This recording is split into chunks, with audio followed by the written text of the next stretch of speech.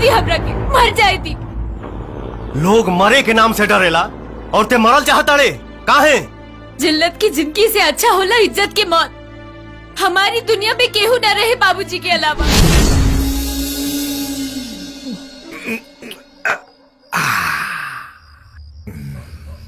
बलवंत बाबू, रउआ हमरा द्वार पे आके हमरा गरीब के इतना सम्मान देनी, हमार जीवन धन्य हो गई। मालिक, हमरा लायक कोनो सेवा होई तो हुकुम करी मालिक। रउआ सेवा में गरीब एकदम हाजिर बा। अरे बेचन, हाँ मालिक, हमरा के कुछ न चाहिए, बस एगो तोहार लड़की जेके हम रखेल ना, रानी बना के रखा। ठीक कहानी ना?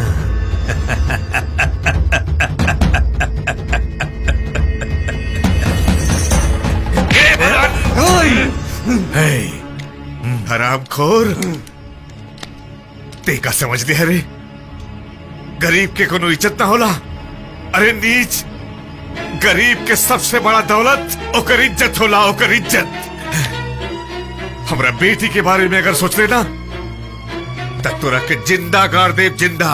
हट, हट, छोड़ हमके।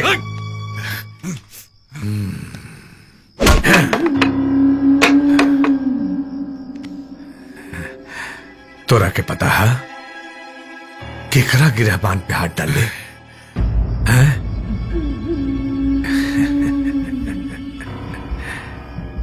केकरा के गाड़ी के कहा तड़े काडल कैसे जाला बताई तो के?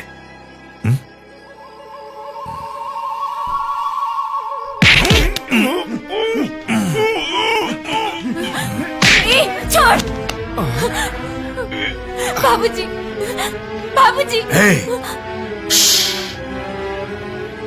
हमार ससुर हवन, चिंता करे के कोनो बात नहीं के। बाबूजी, इले तैयार होके कल सुबह मंदिर पर आ जाइए। चल संग। बाबूजी, बाबूजी,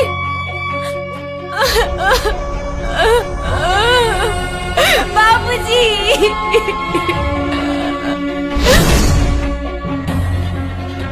जान दिहल पसंद करो, इज्जत ना। मौत समस्या के समाधान नहीं खे। तू हमारा घरे चला, तोहरे इजाजत के बगैर तोहके सपना में भी केहू छू नहीं खे सकत। 4 दिन से सैया माई, आओ माई।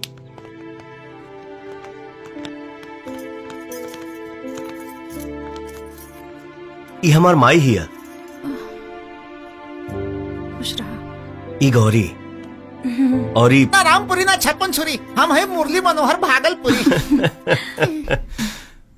बबुआ, ई के हा? हालात के मारल दुखियारी बिया। एकर नाम पिंकी है। जिंदगी से तंग आके आत्महत्या करे जात रही है। का बेटी, आत्महत्या कईल पाप होला? इहे समझा के हम इनके अपने घर लेके आई नहीं है। माथा फेल हो गई बाका तोहर। हाँ, अगर जवान लेकी एक घर में रही तो लोग का कही? अभी हमरा इनका जान के फिकर बा, लोग के ना। विशाल के भी तो ऐसा ही लेके आयल रही। अरे अड़भंगी दास, वो लड़का रहलन, ई लड़की ही है। ए माई, समझाओ नहीं बौरवा बाबा के। गौरी, शंकर के ही खुशी में हमार खुशी बा। पिंकी जी, आवा बेटी।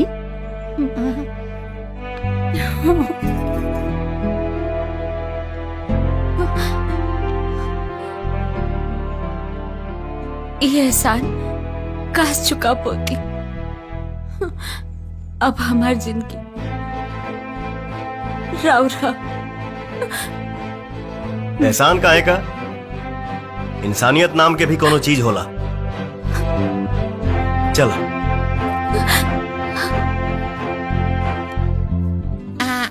भैया दुबरा जी हैं खाना गौरी। का अब रउआ बुझी चाहे ना बुझी, पर भैया लोग समझ गए बाड़न का रात बलमुआ तिहरा कारी।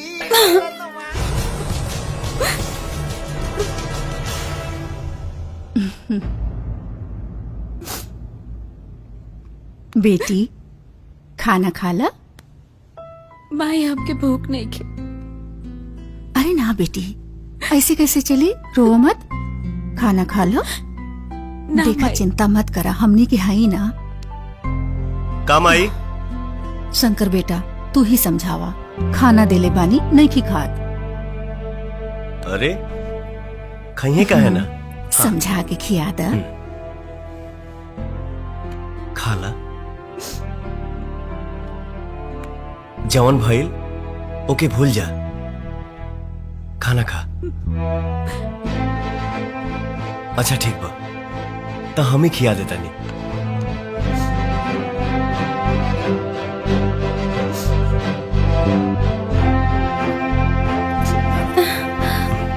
ई दादा,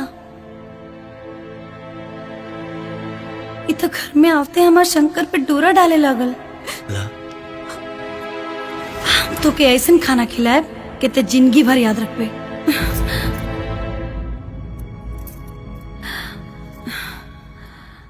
ना, हमार शंकर ऐसा ना कर सकेले।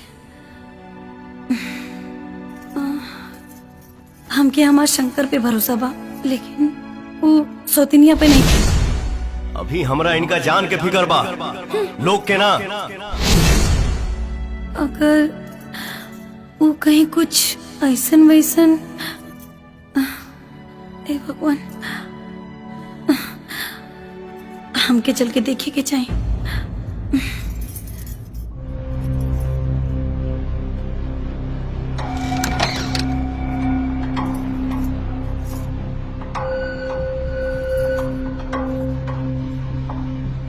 इतमाई के साथे सुतल बिया।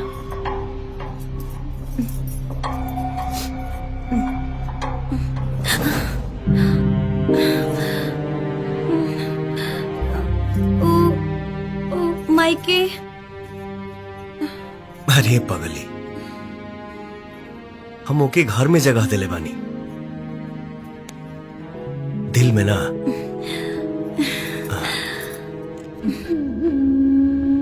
अरे छुटका मालिक 12 दिन तक जी। चुप। क्या चाचा, बहुत मालिश चलत बा? ऐसे मऊगा नियन बैठ के हमार मौत के तमाशा देखे के इंतजार करत आड़ा का? रे बेलगड़ास, भूख से गरीब मरेला, ते कौना खुशी में मरल चाहत रे? अबले हमार बिस्तर गौरी के गर्मी से ना गरमाइल, लेकिन जब हमार चिता जली तो जरूर गरमाइल। चिंता मत कर छोटे, हम तो सारा शौक पूरा करब। आपन जवानी ते राख कर देहला, हमार आग पर पानी छिड़का ताड़ा। पानी ना छोटे, एक बार गौरी के होठ के पानी से तोरा देह पर पूरा छिचकार दे। मालिक विक्रम बाबू के फोन।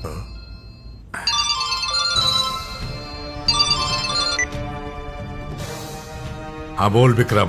भैया, गौरी के मामा के हम उठा ले बनी, गौरी भी यहाँ होते हुई, और शंकरवा के समाधि की तैयारी हम कर दले बनी। ले गई गौरी, शंकर, गौरी, शंकर, मुझे से उठा के ले गई, ले गई। अरे कौन ले गई? काहे ले गई? अरे का ले गई?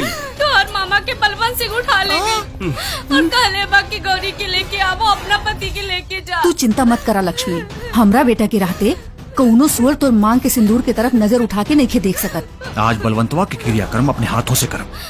चला गौरी। ना ये दादा ना, तो के देखते ही हमार मरद के गोली मारती। ना ना मामी ठीक कहा तारी विशाल, वर्दी देख के नामर्दी के हड्डी चबाए वाला कुत्ता पगला जाने सा, और पागल के स्पेशलिस्ट हम हैं। आओ। शंकर जल्दी चलो, कहीं रात ना हो जाए।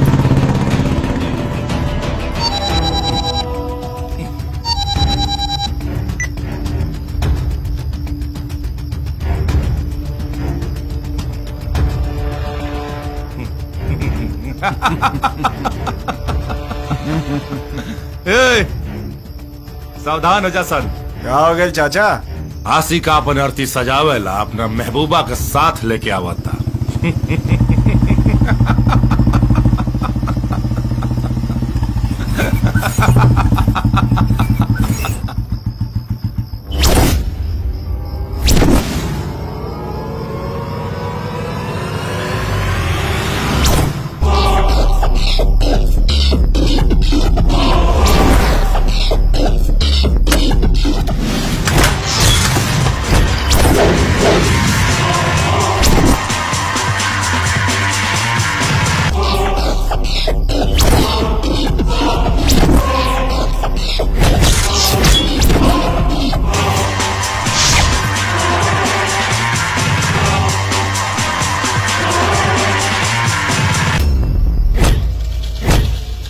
स्वागतम सुस्वागतम।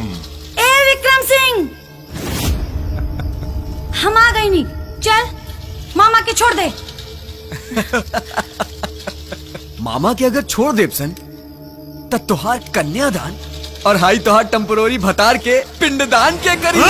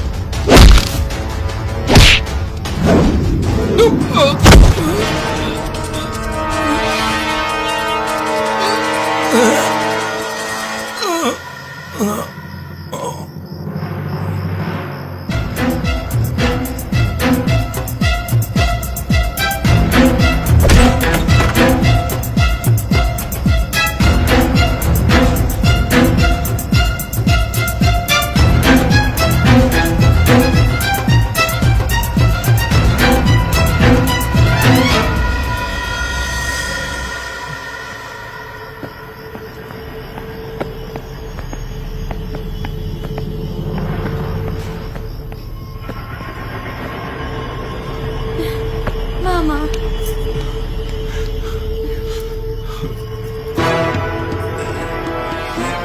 विशाल से वादा करके आइल बानी, वरना तोरा माथा पर मौत के नाल ठोक देती।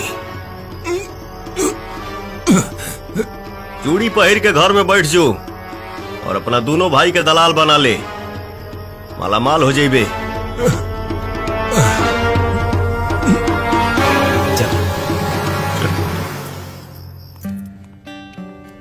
का सोचा था पिंकी, शंकर से बढ़िया लड़का तरह के ना मिले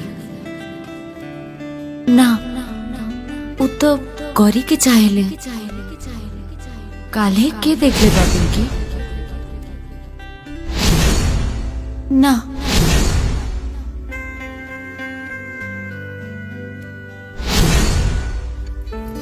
गौरी से छीन के हम शंकर के आपन बनाए, ये ठीक ना हुई।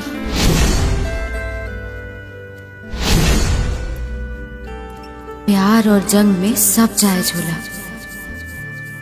सोच के देखा पिंकी, सोचा सोचा पिंकी,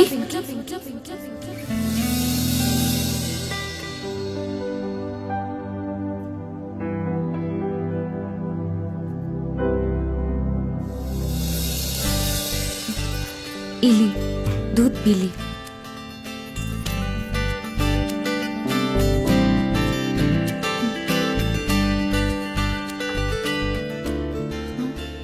ई का करत तारू? अपन फर्ज निभावतानी। तुम्हारी फर्ज हमके पाप के कर्ज में डुबा दी। कर्जदार तो राउर हम हो गइल बानी। रउआ हमके नया दुनिया, नया जिंदगी देले बानी। पिंकी, डेरा तानी गौरी से। ई डरना प्यारा तोहके ना बुझाई। जा सुते जा। हम एजा जागे और जगावे आइल बानी, सुते ना। अरे जा ना, माई जाग जाई। एजा सवेरे 6 बजे से पहले केहू जागे वाला नहीं खे।